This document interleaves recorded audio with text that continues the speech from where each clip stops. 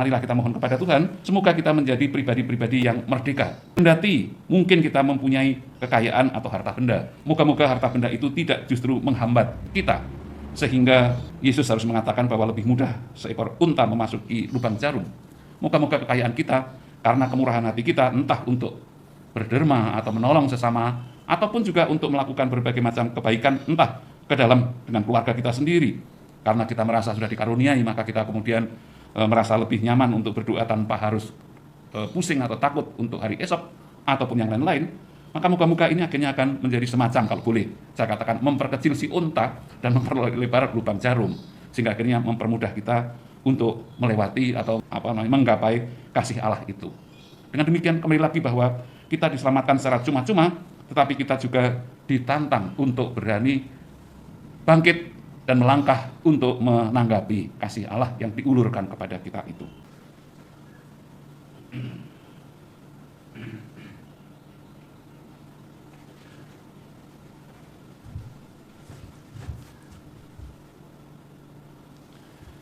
Alangkah besarnya kasih dan pengampunan Tuhan bagi semua yang berpaling kepadanya.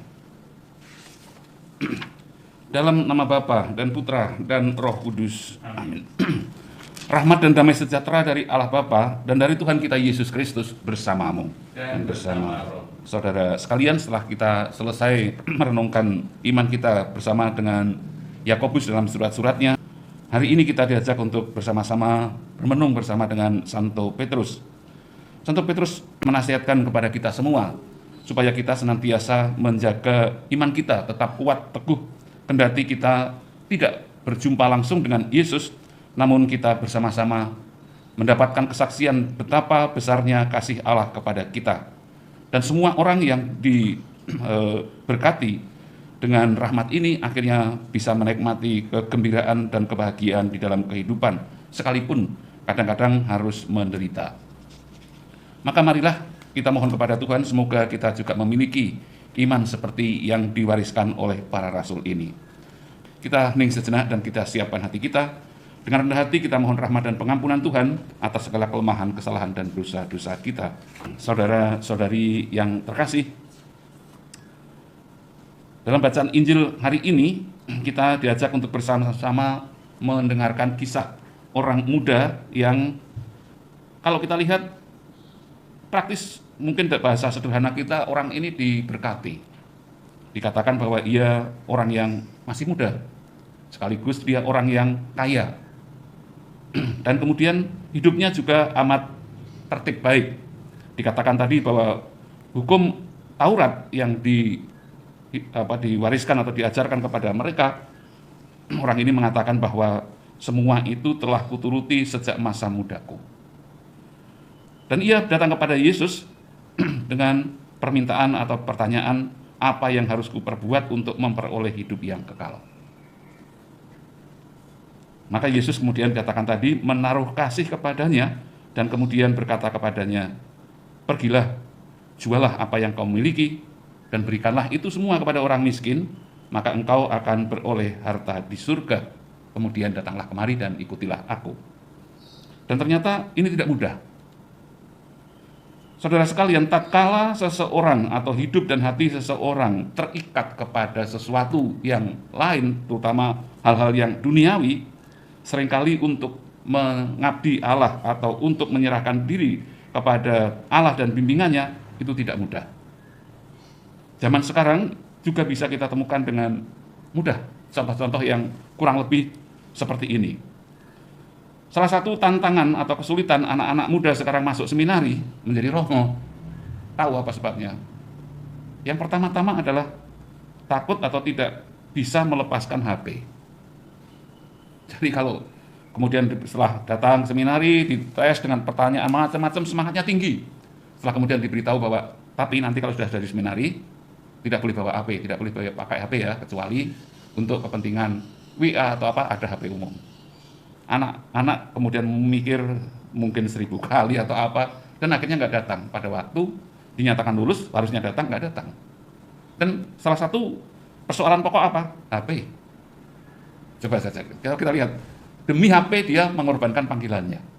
Maka kita tidak bisa mengatakan orang muda yang ada dalam Injil tadi adalah orang yang kemudian katakan, walah mengono we lho.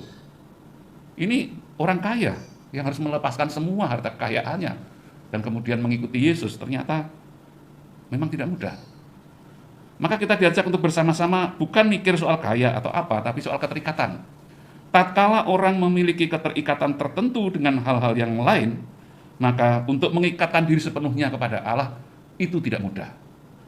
Lalu apa ajaran yang bisa kita temukan?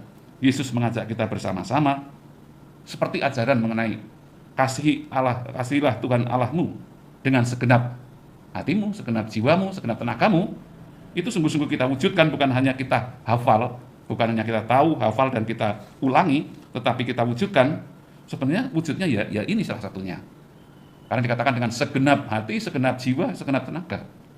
Maka selama hatinya itu masih terikat kepada hal-hal duniawi, kekayaan, barang-barang, dan lain sebagainya, termasuk juga akhirnya nanti kedudukan dan macam-macam hal yang lain, maka orang tidak pernah akan bisa mengasihi Tuhan Allah dengan segenap hati, segenap jiwa, segenap tenaga. Orang tidak bisa mengatakan bahwa pertama-tama Tuhan Allah, yang lain-lain itu kemudian baru untuk apa yang saya butuhkan dalam kehidupan saya, makan, minum, pakaian, dan lain sebagainya. Yang kedua, yang bisa kita renungkan dalam pembicaraan ini adalah bagaimana reaksi para rasul ketika Yesus mengatakan alangkah sukanya orang kaya masuk ke kerajaan Allah. Bahkan Yesus kemudian pada saat para murid gempar, Yesus bukannya menghibur para murid, malahan mempertajam lagi bahwa lebih mudah seekor unta masuk lewat lubang jarum daripada seorang kaya masuk dalam kerajaan Allah. Terus apa yang bisa kita tangkap dari ajaran ini? Maka mungkin kita mirip dengan para rasul, kemudian akan bertanya, waduh, kalau seperti itu susahnya, terus siapa yang akan masuk surga? Jawaban Yesus menjadi kunci dari seluruh jawaban yang kita rindukan. Bagi manusia hal itu tidak mungkin, tetapi bagi Allah segala sesuatu adalah mungkin. Artinya apa? Artinya kalau kita diselamatkan, kalau ada orang yang masuk surga, sebenarnya bukan pertama-tama itu adalah hasil jerih payah dan jasa kita. Kalau kita masuk surga, sebenarnya pertama-tama itu adalah karena rahmat dan belas kasih Allah kepada kita. Dengan kata lain, mengulangi apa yang sudah kita renungkan kemarin-kemarin, kita diajak untuk kembali menegaskan bahwa kehidupan atau keselamatan itu bukan pertama-tama karena jasa kita, bukan karena prestasi kita. Maka Yesus kemarin mengatakan bahwa yang punya kerajaan surga itu adalah model seperti anak-anak. Maka kita diajak untuk bersama-sama beriman, menerima rahmat keselamatan seperti anak-anak yang belum punya prestasi, belum punya jasa, belum punya sesuatu yang bisa dibanggakan dari apa yang ia lakukan atau ia perbuat. Dan itu adalah sikap yang memang tepat. Kita itu menerima karunia yang berlimpah-limpah, kendati kita ini sebenarnya orang yang berdosa. Kalaupun kita orang yang saleh, kesalehan kita sebenarnya justru harusnya menunjukkan bahwa kita ini adalah orang-orang yang sudah diselamatkan, dikasihi oleh Allah, maka kita pantas untuk bertahan hidup di dalam suasana kasih dan kalau boleh saya katakan gaya hidup kasih itu. Saudara sekalian, marilah kita mohon kepada Tuhan, semoga kita menjadi pribadi-pribadi yang merdeka. Kendati mungkin kita mempunyai kekayaan atau harta benda, moga-moga harta benda itu tidak justru menghambat kita, sehingga Yesus harus mengatakan bahwa lebih mudah seekor unta memasuki lubang jarum. Moga-moga kekayaan kita, karena kemurahan hati kita, entah untuk berderma atau menolong sesama, ataupun juga untuk melakukan berbagai macam kebaikan, entah ke dalam dengan keluarga kita sendiri. Karena kita merasa sudah dikaruniai, maka kita kemudian merasa lebih nyaman untuk berdoa tanpa harus pusing atau takut untuk hari esok, ataupun yang lain-lain. Maka moga-moga ini akhirnya akan menjadi semacam, kalau boleh saya katakan, memperkecil si unta dan memperlebar lubang jarum, sehingga akhirnya mempermudah kita untuk melewati atau menggapai kasih Allah itu. Dengan demikian kembali lagi bahwa kita diselamatkan secara cuma-cuma, tetapi kita juga ditantang untuk berani bangkit dan melangkah untuk menanggapi kasih Allah yang diulurkan kepada kita itu. Tuhan bersamamu dan bersamamu. Semoga Allah yang Maha Kuasa memberkati saudara sekalian, Bapa dan Putra dan Roh Kudus. Amin. Saudara-saudari, pergilah dalam damai sambil memuliakan Tuhan dengan hidupmu. Syukur kepada Allah.